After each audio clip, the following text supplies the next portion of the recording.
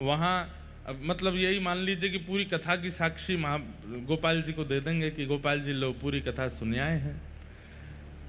बाकी तो देखिए, पुण्य की कामना करने वाले जीव को ये चिंता रहती है कि मेरी साक्षी कौन देगा कि मैं तीर्थ गया, लेकिन भक्तों को इतनी भी इच्छा नहीं रहती। भक्तों को ये भी अभी चिंता नहीं रहती कि हम तीर्थ गए, हमारा पुण्य रखा कि नहीं, वो कहीं हम जमा करवा दें, साक्षी लिखवा दें। भक्तों को इच्छा नहीं रहती।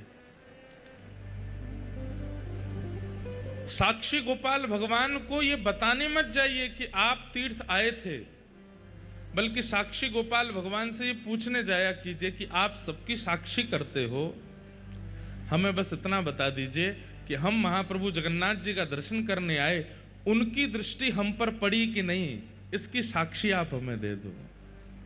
ये कृपा करके हमें बता दो कि उन्होंने हमें देखा कि नहीं।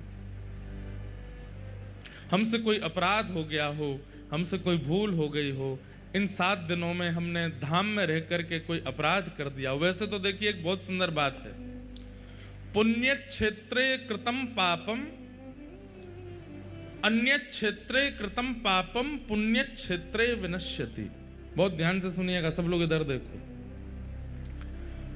अन्य क्षेत्र में किया गया पाप, अन्य क्षेत्र किसको कहेंगे? जो तीर्थ नहीं है उसको अन्य क्षेत्र कहते हैं।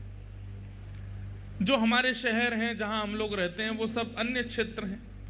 वहां किए गए पाप और अन्य क्षेत्र में कई बार हमारे शहर भी तीर्थ होते हैं। अब जैसे जयपुर है, जयपुर तो तीर्थ ही है, वहाँ साक्षात गोविंद देव जी, गोपीनाथ जी, मदन मोहन जी, राधा विनोदी लाल जी सब बैठे हैं। जयपुर को आप कैसे एक शहर कह सकते हो? वो तो तीर्थ ही है, गुप्त वृंदावन है। गली गली में, हर दूसरी गली में ठाकुर जी विराजमान है जयपुर में।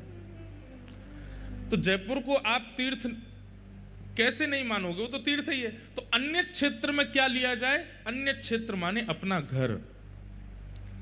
अपने घर में, अपने व्यापार में हम लोगों से जो भी पाप हो जाता है, अपने व्यवहार में हम लोगों से जो भी पाप हो जाता है, पुण्य क्षेत्र में आकर के वो पाप नष्ट हो जाता है।